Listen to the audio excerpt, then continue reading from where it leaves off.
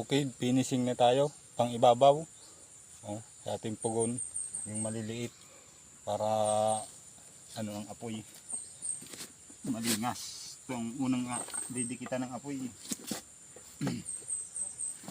Pag-itan na yan. Sasangatan. Pag yan ang uling, papasok yan sa ilalim. Bababa. Ito pag nauling, nababa to. Ito idipinsa din to sa pagtaklob, hindi basta lulusot sa ilalim ang taklob kung lupa man o bualaw.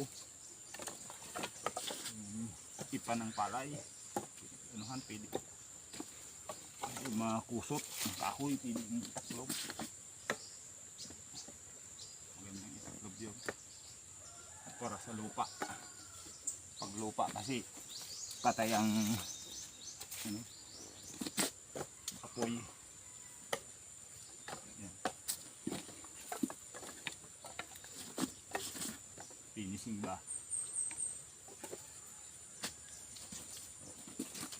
Solid.